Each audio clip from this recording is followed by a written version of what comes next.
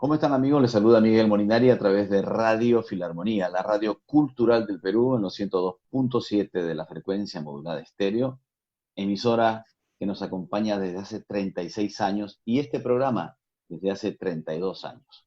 Hoy estamos con una figura recurrente en nuestros especiales, que ha estado varias veces además en los estudios de Radio Filarmonía desde el inicio prácticamente, no tanto del inicio, pero de hace muchos años en los estudios de Radio Filarmonía. Nos referimos al gran tenor peruano Juan Diego Flores, que nos hace el inmenso honor de estar con nosotros hoy en día. Juan Diego, ¿cómo estás? Bienvenido.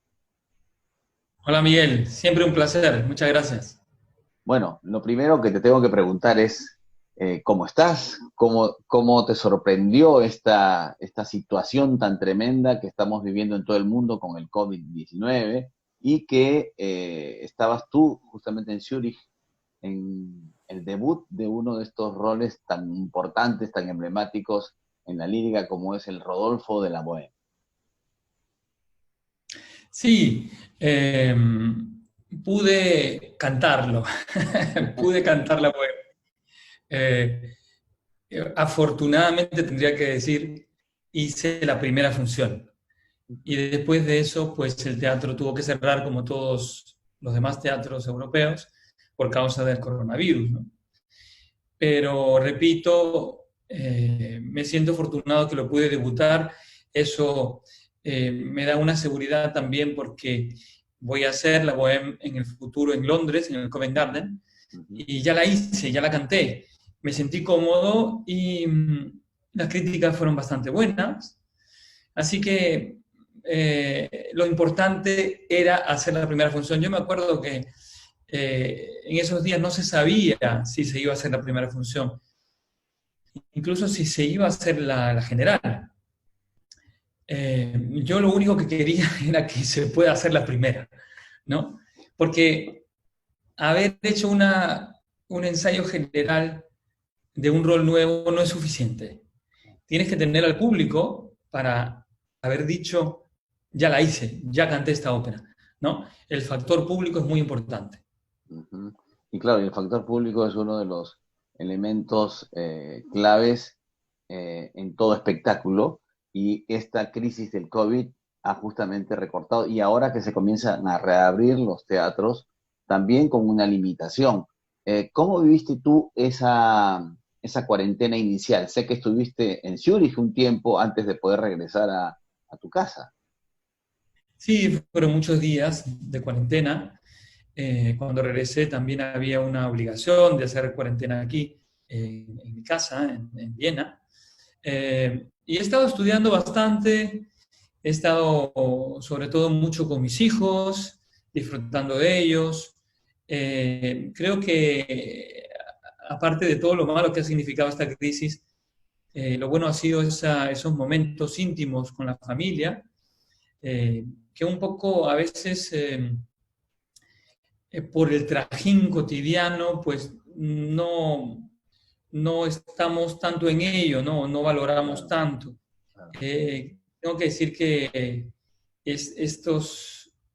esta época, ¿no? Con mis hijos ha sido muy importante y me ha hecho también ver muchas cosas de otros aspectos de mi vida, ¿no? Ese frenón que hemos tenido, pues ha servido dentro de todo lo malo que ha significado, repito. Ver lo que realmente Dentro de importa, ¿no? Lo que realmente importa en la vida, ¿no? Que, tanto, es como que el mundo ha ido en un ritmo frenético. Todos estamos en un ritmo frenético y de repente o sea, nos hemos visto obligados a frenarnos, ¿no? Eh, por una circunstancia exterior, pero hemos tenido que quedarnos en nuestras casas, hemos tenido que reflexionar sobre muchas cosas, ¿no? es muy Eh, cierto. sí, como tú has dicho, darnos cuenta de lo que realmente es importante y también para poder hacer planes hacia el futuro pensando en lo que realmente importa, ¿no? Claro, claro. Ahora estamos, ¿no? Sí, Conectados con Perú por Sinfonía por el Perú, que los dos somos parte de Sinfonía por el Perú. y sabemos todo lo que está sufriendo el Perú en estos momentos, Ujú. sobre todo la gente más desfavorecida, y, y es un momento crítico, ¿no? Que ya en Europa se va saliendo de ese momento Ujú. crítico, pero en Perú todavía lo estamos sufriendo bastante. Así es, así es. Hablaremos luego de Sinfonía por el Perú, pero me gustaría, a raíz de la Bohème, hablar un poco de esta ruta que estás también atravesando en tu carrera, que es abordando nuevos roles, nuevo repertorio, sin dejar, además, tu repertorio habitual, ¿no? Tenías programada una actividad en Pésaro que sé que se mantiene con algunas variaciones, pero se mantiene con el Festival de Rossini. Es decir, cuéntame cómo manejas ese tránsito. Siempre ha habido ese, a veces crítica cuando un artista cambia de repertorio o pasa de un repertorio a otro repertorio, ¿no? ¿Tú cómo has enfrentado esta transición y cómo te ves de aquí a algunos años? Bueno, esa transición ya empezó hace algunos años, ¿no? Empezó con el Guillermo Tell, eh, en 2013 me parece que fue, y luego, o 2012, creo que fue el primer Guillermo Tell. Yo soy muy malo para las fechas, Me parece que pero fue 2013, ¿eh? Me parece que fue 2013.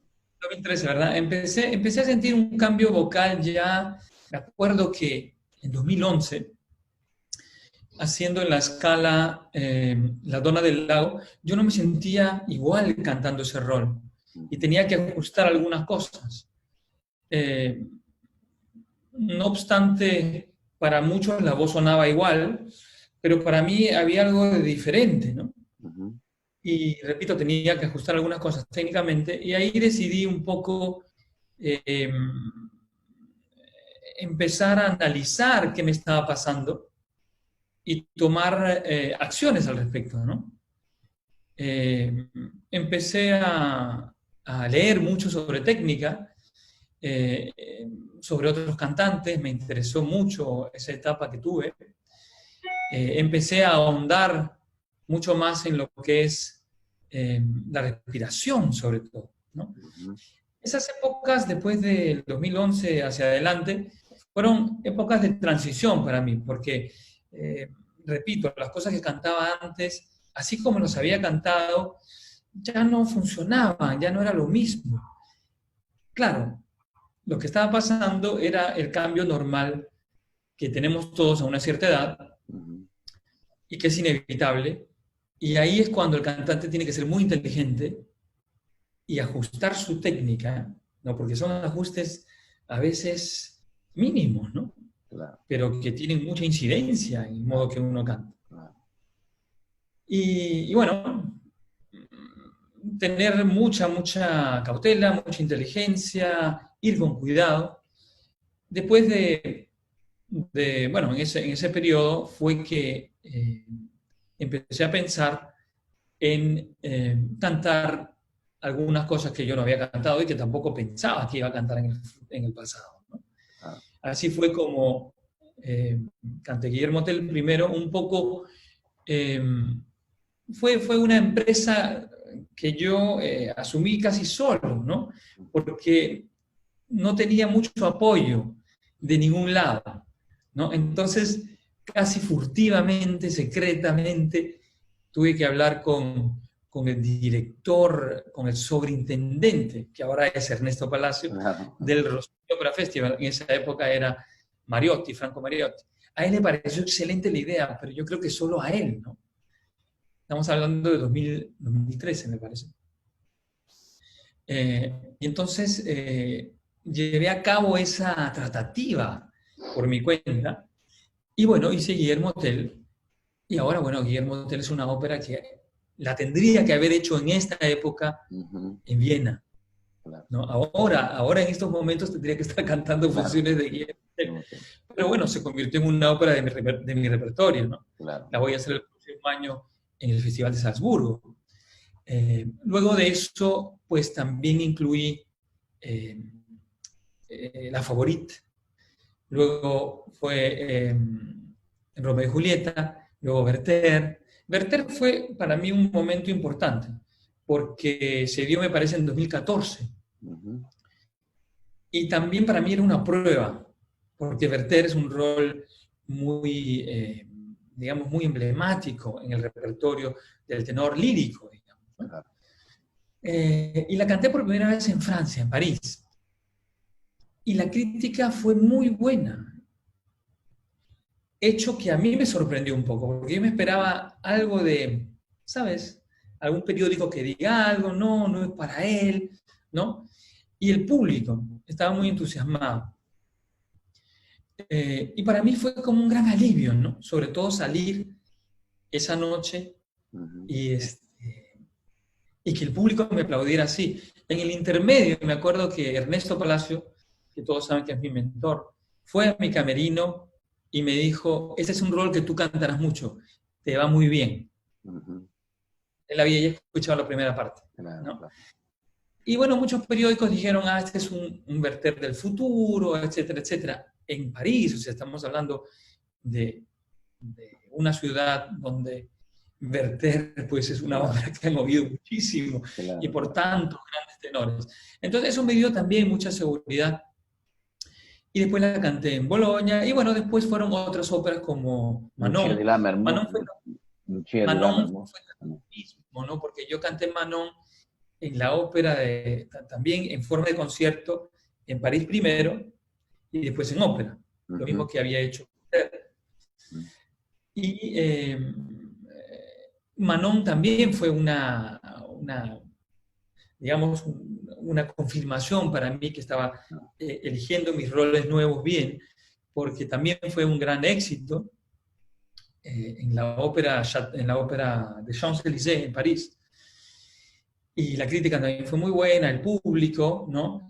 Eh, Tampoco me esperaba mucho Ujú. porque considero que Manon, sí, son parecidas Manon y Werther, pero Manon tiene momentos bastante fuertes, ¿no? Ujú. Dramáticos, una orquesta bastante fuerte también. Y también fue una satisfacción para mí, sobre todo que el público la aceptara de esa manera, la crítica, después la canté en la Ópera de Viena, y también fue muy bonito ahí. Y así, Lucia di voy Lammermoor, luego en siempre con el, mucha cautela, ¿no? Como siempre ha ido mi carrera, pero también con la conciencia de que sí, quizás no soy el tenor perfecto para esos roles según la tradición, ujú. ojo, ¿no? Según la tradición, pero no obstante eso, debido a que, bueno, he hecho una carrera hasta ahora de varios años, ¿no? Y he cantado y soy un tenor establecido, ¿no? Me doy un poquito ese lujo, Ujú. ¿no? Ese gusto de cantar ciertos roles que considero que están dentro de mis Ujú. posibilidades, pero que quizás no son, digamos, o que no soy el tenor ideal según la tradición. Ahora, yo hablando de la tradición, creo que es algo que con lo cual también fui en contra en el Guillermo Tell del Ujú. 2013, pero que después de esto ya no se habló más de eso, Ujú. ¿no? Yo creo que ese es el primer impacto también, ¿no? De la gente al estar acostumbrada a una cierta tradición, a Claro, ciertos tenores que cantaron pues en el siglo pasado, ¿no? exacto. Y que eran tenores de un cierto tipo, pero que no, no necesariamente cumplían todos los aspectos del rol. O sea, Recortaban cortaban mucho, dificultades, recortaban etcétera. mucho Claro, cambios de tonalidad, de exacto, exacto. no cumplir con ciertas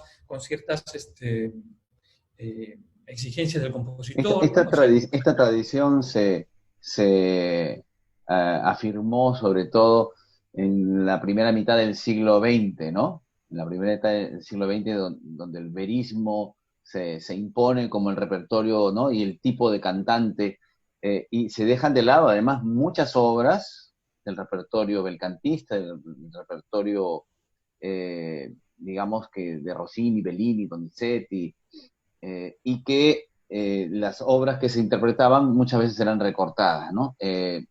Efectivamente, obras como el Edgardo de Lucia de Lammermoor, que tú también has cantado, ¿no? En el Liceo de Barcelona y en otros teatros, y que creo que pronto lo vas a volver a cantar, ya nos contarás. Sí, pero Bohème ya es, digamos, entrar al repertorio pucciniano, ¿no? ¿No? El verismo puro. Ese es un Fíjate paso que diferente. En Bohem yo empecé a cantar porque así yo empiezo, ¿no? Empiezo a cantar el aria, el aria en concierto, porque yo hago muchos conciertos. Tengo que decir que tengo esa fortuna de haber establecido mi carrera concertística desde temprana edad profesional, digamos. Entonces hago muchos conciertos y yo incluía Que de Manina. Y se convirtió en el área más aplaudida de los conciertos, ¿no? Y la gente empezó a decirme, ¿por qué no haces el rol? ¿Por qué no haces el rol? Yo tenía quizás no al inicio, pero después ya iba pensando, sí, podría hacerlo. Y elegí un teatro pequeño con una acústica que favorece, que es Zurich. Pero no sé, quizás por haber hecho también otros roles como Werther, que es bastante lírico, ¿no? Que es bastante dramático en momentos, yo me encontré bien, o sea, me encontré cómodo, me encontré como que era hasta más vocal para mí, más afín vocalmente, o sea que yo me encontraba cómodo vocalmente, que por ejemplo una Manon, ¿no? ¿Sabes? Es que lo Sí, que pasa con Rodolfo es que canta siempre para arriba, ¿no? sí, Cuando comienza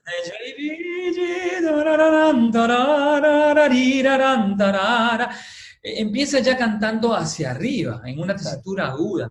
Y es todo así, entonces es muy brillante, ¿ya? No es Esto es muy cierto. muy bajo y cupo como lo puede ser Werther, como lo puede ser Manon, ¿no? Manon, o sea, de Grieux, ¿no? Es un rol más efervescente, ¿no? Con Y no mucha necesariamente libertad. Yo cuando te he escuchado en el Colón, el que Yelida Manina, efectivamente, ¿no? Es como que te va muy bien la tesitura y la voz se proyecta muchísimo, ¿no? Incluso más que en otras áreas que te he escuchado. Entonces, resulta sorprendente, porque pensaría, bueno, Puccini, pero no, no es así. Realmente, yo no te he escuchado la ópera completa, pero bueno, en el área, realmente, y efectivamente, el público siempre corresponde con aplausos muy, muy entusiastas, ¿no? Y tiene este Exacto, final con el do, ¿no? Que es esperado también, ¿no? exacto. Y bueno, hablando de la tradición también, eh, por ejemplo, mencionabas antes cuando hablábamos, antes de la entrevista, hablábamos un poquito, eh, lo que es Norma, ¿no? Ujú. Por ejemplo, Norma es una ópera que a mí me han propuesto. Eh, yo después vi el rol, porque claro, ahí también hay un peso de tradición muy fuerte, ¿no? Yo vi el rol y me pareció un rol belcantista. O sea, no es ni siquiera de baritenor, ¿no? Como lo puede ser Pirro de Rossini, o como lo puede ser de la ópera Hermione, Hermione. o como lo puede ser Otello de Rossini, ¿no? Ujú. Que son baritenores y que, aunque quiera cantarlas, no puede, porque hay notas, Notas ¿no? graves. No, este es un rol agudo, de tesitura Claro, aguda, claro. ¿ya? Pero que la cantó mucho Corel, la cantó Del Mónaco, la cantó. Y normalmente con el do del aria, Ujú. no hecho, o sea, iban al la, Claro. ¿no? En vivo, en la ópera, cuando se hacía en vivo, no hacían el do. Porque claro, porque llenaban tanto la voz que normalmente no lo hacían. Alguna vez sí lo hicieron, sobre todo Corelli, que tenía un agudo más fácil, ¿no? Ujú. Pero muchos de estos tenores que cantaban con Lione, pues no incluían el do. ¿No? Hay muchas grabaciones, ¿no? Muchas grabaciones en YouTube, por ejemplo. Eh, entonces, después analizando quién cantó, ¿no? ¿Quién cantó Pollione? Era Donzelli, ¿ya? Como también podemos analizar quién cantó Tell, era Nurit, Claro, claro. hizo Le Conte. Después cuando llegó el tenor Dupré, que puso de moda otro modo de Do de pecho. cantar, ya no le gustaba. A Rossini ya no le gustaba cómo lo cantaba, No, pues ese no. rol. Porque Claro. él lo había escrito para Nurit. Entonces, cuando se escribe norma para Donzelli era un tenor que cantaba, lógicamente no cantaba ni Verdi, ni Puccini, Claro, ni Verismo, ¿no? Cantaba Rossini, claro. ¿ya? Cantaba Rossini. Y cantaba los agudos en falsetto, en falsettone, ¿ya? Cuando iba al agudo, iba en una voz mixta de Ujú. falsete. Y eso se sabe porque está en las críticas de la época y se sabía que era así. Claro. Ahora, es cierto que Don Chelly tenía una voz bastante voluminosa, ¿no? Y fue quien enseñó a cantar o quien dio, sí, yo creo que fue el maestro también Ujú. de Dupré, porque tenía una voz bastante oscura y voluminosa, pero cantaba Rossini, Claro. cantaba lo que se cantaba en la época y además se cantaba en ese estilo, o sea, el estilo de cantar Norma era el estilo rossiniano, porque era la misma época, ¿no? Entonces, claro, sí, es cierto que tenemos que hacer cuentas con una tradición, ¿ya? Pero es cierto que también los intérpretes tienen un poco el deber, ¿no? De, de no volver todo tan rígido, Ujú. ¿no? Que también un poco se relaje ese tipo de tradiciones que no tienen necesariamente una razón histórica, Claro, además la ¿no? tradición, digamos, se va construyendo, ¿no? Porque la tradición inicial no era esa, sino que fue la tradición, luego de algún tiempo se fue generando una tradición que es absolutamente, digamos, también revisable y cambiante, ¿no? Porque de eso se trata, de renovar, de seguir generando cierto interés también, ¿no? Por el repertorio. Exacto, exacto. Yo creo que el último test, ¿no? Es el del público y el de la Ujú. crítica también. O sea, ¿cómo tú te ves? Claro, tienes que ser inteligente también. Claro, Si yo me meto a cantar, no sé, Turandot, sé que no voy a tener nada que hacer ahí, ¿no? Porque como yo hace 10 años, yo me veía cantando Werther y decía, no, no way, claro, aquí no podría cantar. O sea, yo pensaba que nunca lo iba a cantar, claro, ¿ya? claro. Pero ahora yo me veo con la capacidad de hacerlo, ya lo he hecho varias veces, pero tampoco soy ciego y pienso, lo voy a cantar bien porque sí, no. Claro. Yo sé mis limitaciones y lo que puedo hacer en ese momento. Yo soy bastante pragmático en Claro, ese sentido, ¿no? Entonces, si yo me meto a cantar una ópera, yo lo medito muy bien, claro. una ópera nueva. Tú has Yo lo, dicho dos cosas interesantes, ¿no? Bueno, muchas cosas interesantes, pero dos cosas que quisiera puntualizar. Una, eh, que tú sentías algo que había cambiado, ¿no? Esto es tan importante, ¿no? Tener conciencia de que ocurren cosas y y que estas cosas que están ocurriendo en nuestro organismo hay que atenderlas, hay que mirarlas y ser consciente de cuáles son nuestros límites, ¿no? Esto también es fundamental para, para claro, proyectarse con éxito. claro. Eh, sí, Por ejemplo, yo lo que quiero y mi ideal es poder cantar un poco todo lo que estoy cantando, incluso el bel canto, con un principio igual. No tener que cambiar cuando canto Rossini, tanto demasiado, y cuando canto Werther, demasiado. O sea, quiero tener un principio de naturaleza y que solamente hay unos cambios naturales, pero que son menores, eso es lo que te ¿ya? iba a preguntar justamente. Justamente ahí va mi pregunta. ¿Cómo estás controlando esto, digamos, de pasar a un repertorio y que no afecte, digamos, en esencia tu vocalidad o las posibilidades de seguir cantando este otro repertorio, por ejemplo, estuviste en la temporada de Pésaro, esta ópera de Charles Zoraide, ¿no? Donde las dificultades eran tremendas y donde la gente se quedó realmente impresionada con todo esto, que venía justamente de cantar. No recuerdo qué ópera, pero otras óperas de repertorio más lírico, ¿no? Y sin embargo, Sí, sí, sí. ¿cómo manejas el aspecto técnico? Eso que estabas comentando, justamente.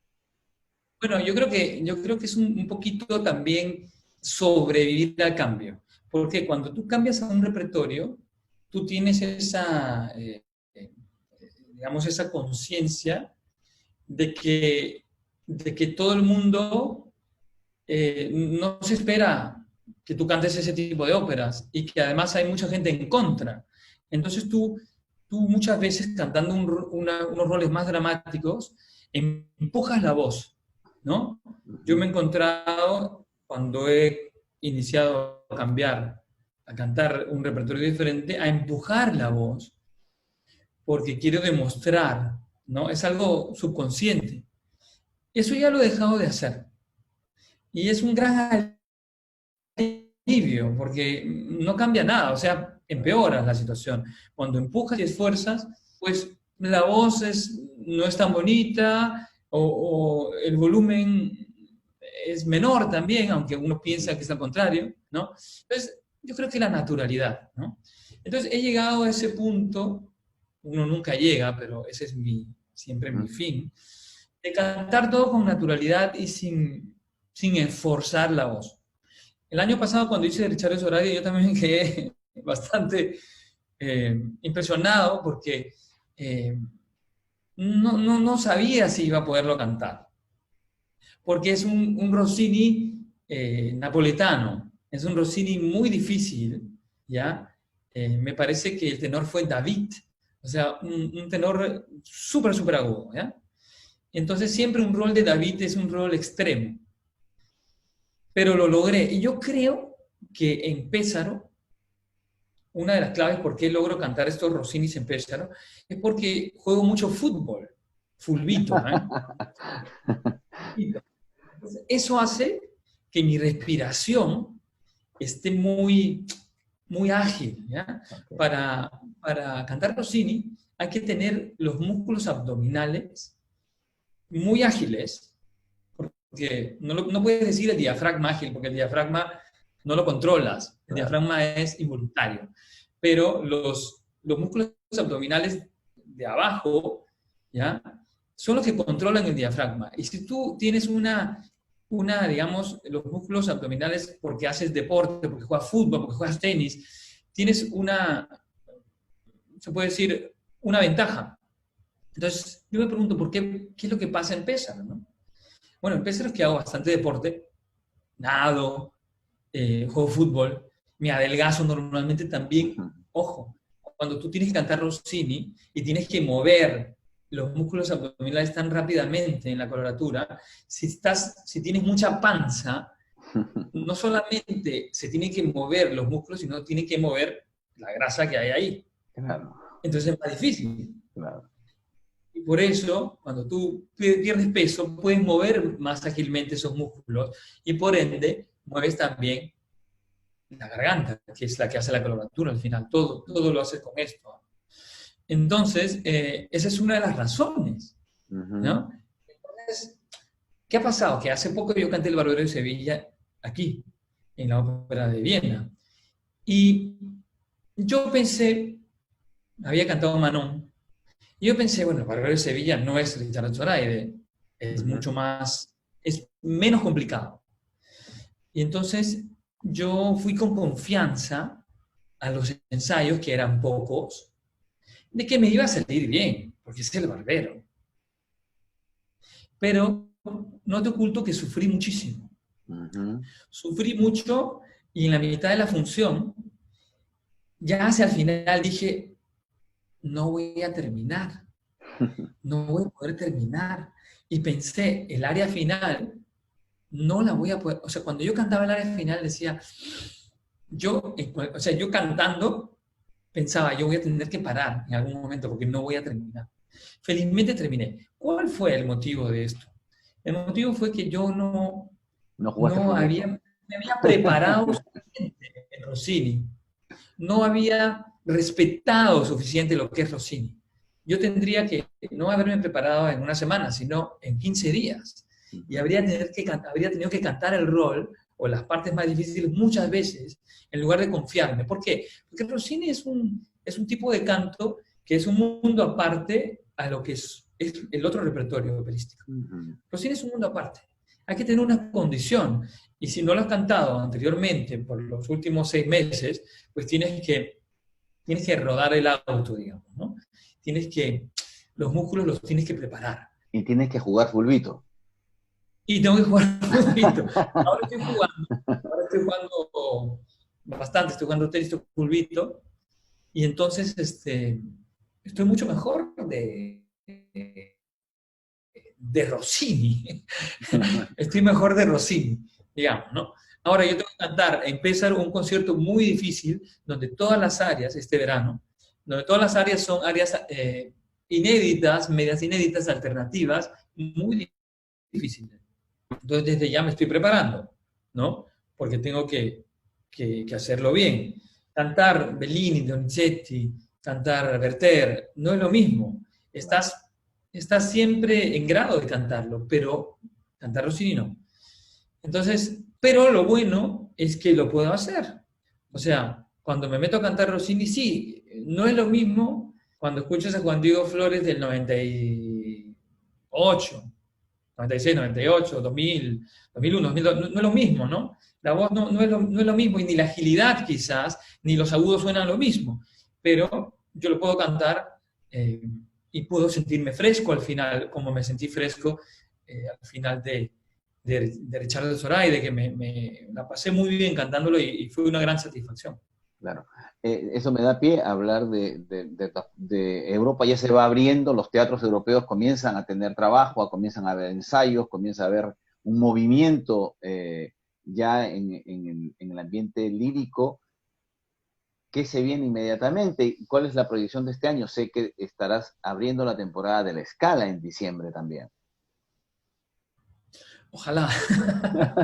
Dios mediante, Dios mediante. Sí, porque la situación es bastante incierta. Eh, eh, no sé si voy a cantar en Londres en septiembre, octubre, que tenía pensado hacer una nueva producción de los cuentos de Hoffman. Uh-huh. Muy probablemente no se haga. Hablamos de noviembre, bueno, parte de octubre, noviembre, y tampoco se sabe si se van a hacer. Y tampoco es completamente seguro que se vaya a hacer también en diciembre la inauguración de la Scala. O sea, yo pienso, ojalá que sí, ¿no? Eh, pero, pero la situación es difícil, ¿no? Es difícil. Los teatros están abriendo, pero, por ejemplo, Viena con 100 personas y no con ópera, ¿no? Ya las temporadas están terminando y comienzan los festivales de verano. En septiembre, bueno, se tiene pensado abrir los teatros, pero no se sabe bajo qué condiciones. Repito, en Londres lo veo difícil que en septiembre, que es cuando se abre, o sea, se abriría con la ópera que voy a cantar yo, que es Los cuentos de Hoffman, y eso es muy difícil que se dé, yo creo. Quizás la reemplazan por otra ópera de repertorio, porque si es una ópera de repertorio ya todo está construido. Claro. En cambio, Los cuentos de Hoffman se tenía que construir en la nueva producción durante el verano, claro. No es posible, ¿no? O sea, la escenografía, hablo de todo eso, ¿no? Claro. Ahora, el primer concierto que yo voy a hacer es en la Ópera de Viena el 20 de este mes, y va a haber solo 100 personas. Solo 100 personas. Es un poco triste, ¿no? Sí, eso es porque es tan importante.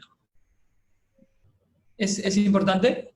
Que es tan importante el contacto con el público, ¿no? Como tú decías hace un momento, ¿no? O sea, digamos, es el termómetro, y es, digamos, sí. Un artista actúa para el público y el público un teatro Tú usas tu lleno no energía. tiene, y claro, te da la energía, y un teatro lleno es, digamos, es Saca para ideal, Popeye. ¿no? Sí. Es eso y sí, pero creo que es importante, y por eso también he aceptado cantar, porque creo que es importante reiniciar, Claro. ¿no? Abrir la temporada de la Claro, escala, se detiene, ¿no?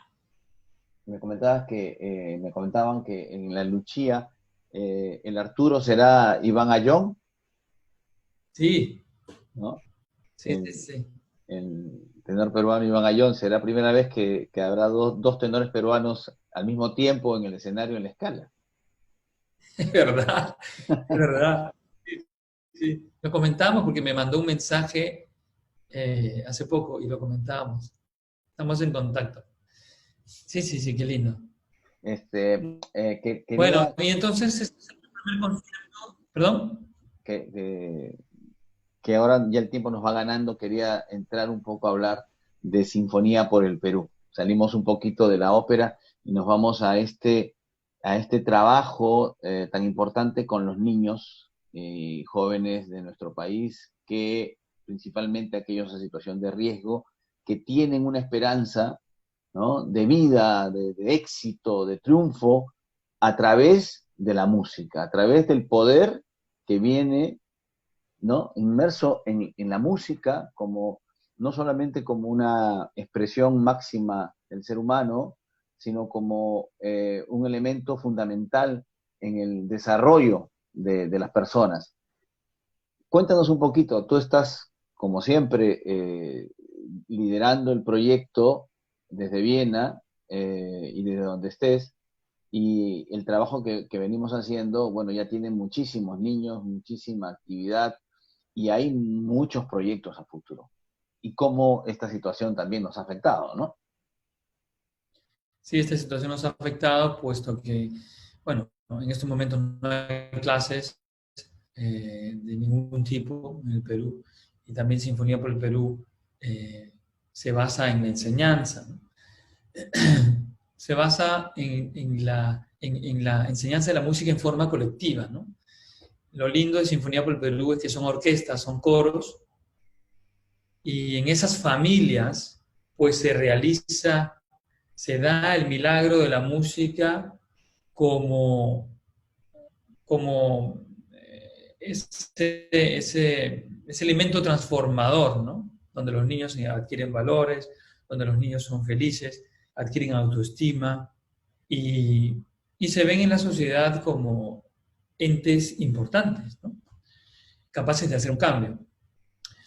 Yo veo a Sinfonía por el Perú en el futuro como un gran futuro, ¿no? Creo que Sinfonía por el Perú lo viene haciendo, ¿no? Ha transformado la vida de cerca de 30.000 beneficiarios hasta ahora en sus 9 años de vida, ¿no? Tenemos 10.000 entre niños y jóvenes en Sinfonía por el Perú, y el futuro creo que va a ser siempre mejor. La música es importante y lo venimos demostrando con 3 estudios importantes que hemos hecho, donde con números se demuestra cómo estos niños son mejores en todos los aspectos de sus vidas, ¿no? El futuro nos depara cosas lindas. Creo que tenemos, aparte de lo que concierne a la parte internacional, cosas importantes en el futuro. El próximo año tenemos una gira pactada en Europa con la Orquesta Juvenil de Sinfonía por el Perú. Este año teníamos que estar en la Expo de Dubái con la Orquesta Juvenil, pero lamentablemente por el COVID pues ha tenido que ser postergado el próximo año. Y así pues estamos mediante esta orquesta, que es la punta de diamante de lo que es Sinfonía por el Perú, pues estamos esparciendo el mensaje de Sinfonía por el Perú, de que la música, la cultura, es tan importante para la vida y para la transformación en mejor de todos esos niños desfavorecidos, Así ¿no? es. En situación de riesgo. Ahora, seguimos trabajando en Sinfonía por el Perú en estos tiempos difíciles. Estamos ahora implementando formas de comunicar con los niños a través de lo digital. Qué suerte que tenemos Sinfonía Digital, que es algo que hemos creado en el pasado y que nos da herramientas para poder comunicar con los niños y jóvenes.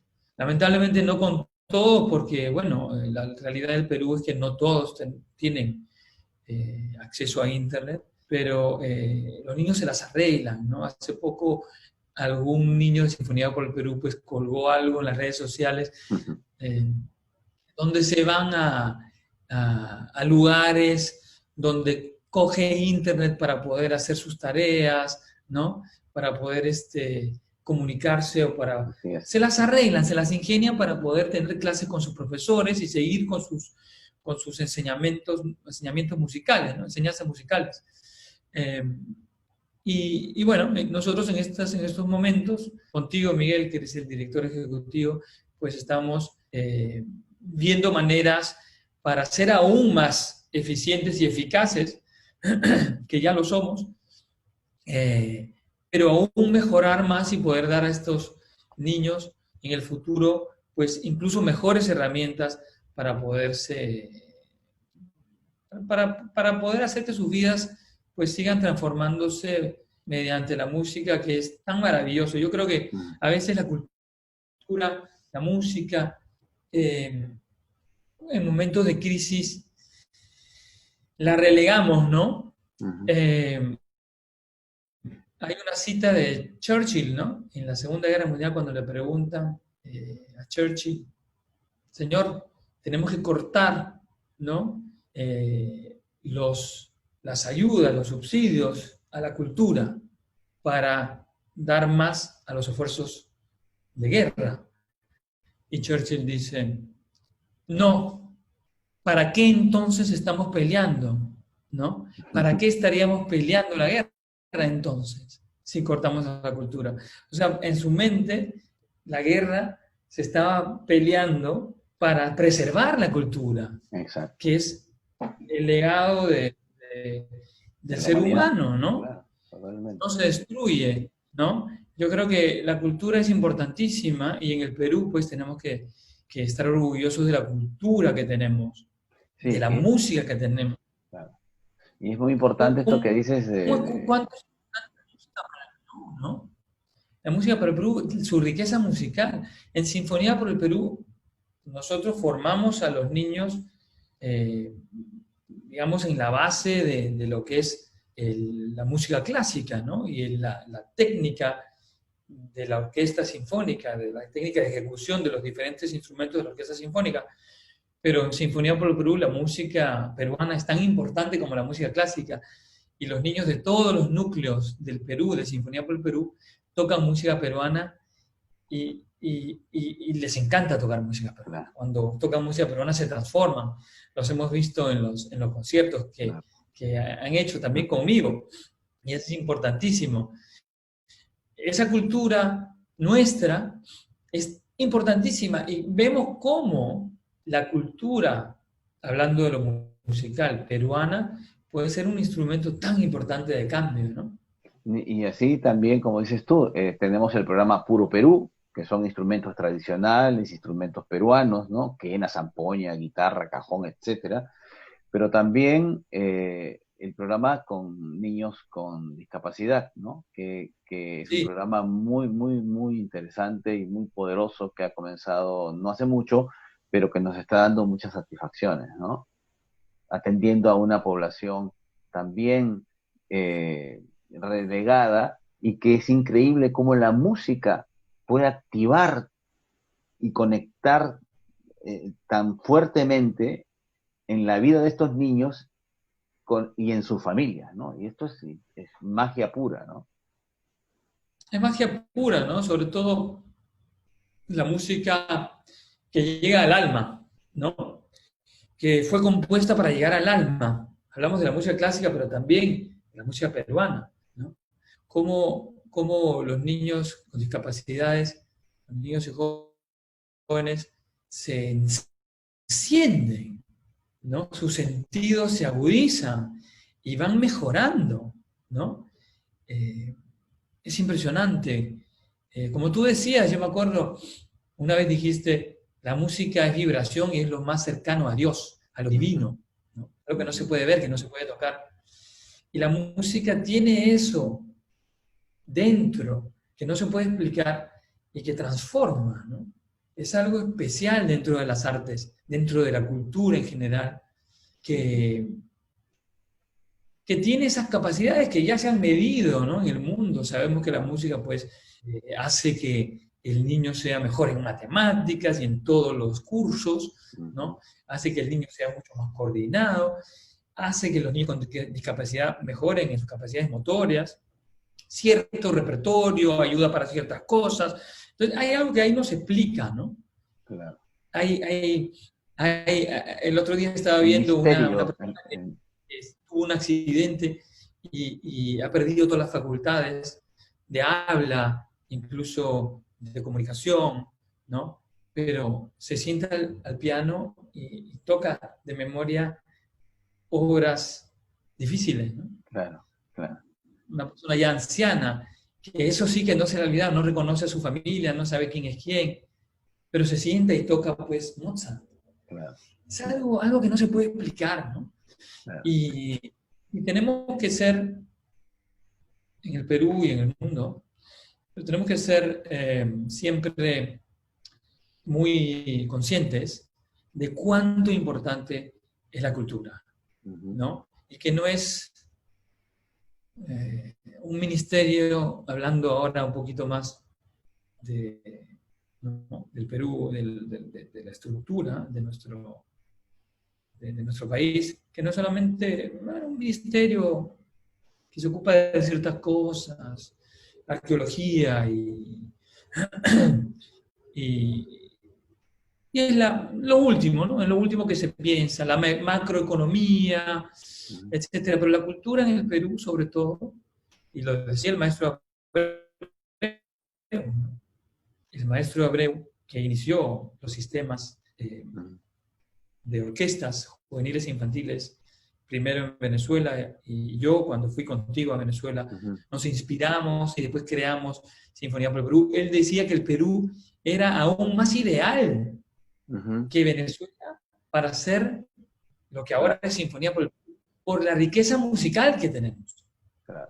Por la riqueza musical que tenemos, costa, sierra y selva, la cantidad de folclore, la cantidad de obras. De danza, de música, alguien ¿no? que fue, la danza, la música.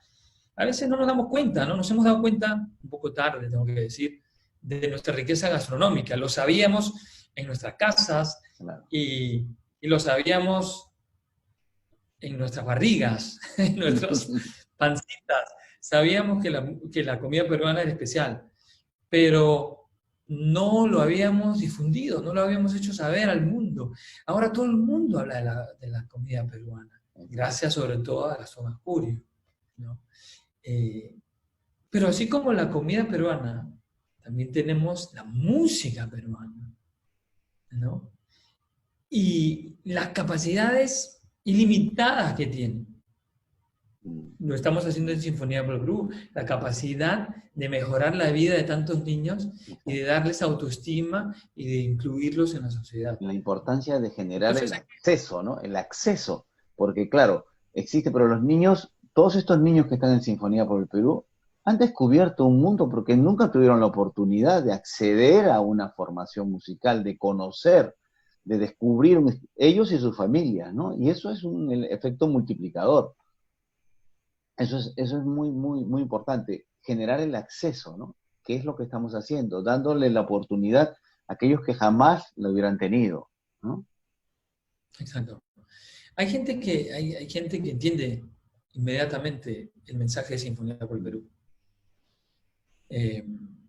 Y inmediatamente dice, esto es importante, ¿no?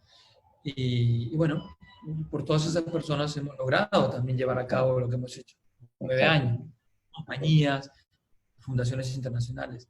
Necesitamos mucha ayuda, sobre todo ahora económicamente, a causa también que se han frenado todas las actividades de recaudación de fondos para Sinfonía por el Perú. Y bueno, también eso es un llamado para quien quiera apoyarnos. estamos ahí, claro. gratos y que cualquier ayuda pues es de gran apoyo, ¿no? Ya estamos llegando al final del programa y yo estas entrevistas me gusta cerrarlas hablando de Radio Filarmonía y que va justamente en esa línea, ¿no? En el aspecto de la difusión, la importancia de contar con una radio, con una emisora como Radio Filarmonía, que fiel a una forma de transmitir arte y cultura, eh, eh, persiste en el tiempo por 36 años. Eh, ¿Qué reflexión te merece la existencia de una radio como Radio Filarmonía en el Perú y su permanencia, ¿no? Es decir, cómo es importante contar cuando hablamos de la música clásica, cuando hablamos de lo importante que es dentro de las personas, ¿no? En su desarrollo, es importante también saber que existe una emisora, bueno, que es la única además, ¿no? A través de la cual la gente puede acceder a escuchar el repertorio de los grandes compositores, que es un patrimonio de la humanidad. Bueno, es una ventana, ¿no? Es una ventana, Radio Filarmonía, que de otro modo no la tendríamos, ¿no? Es una ventana a ese mundo riquísimo, ¿no? De belleza, de pasiones, de expresión, ¿no?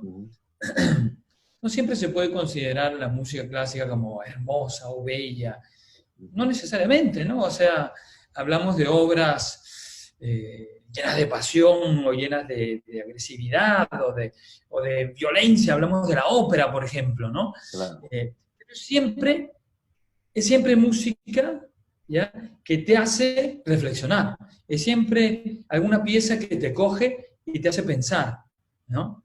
Claro. Cuando Beethoven componía algo,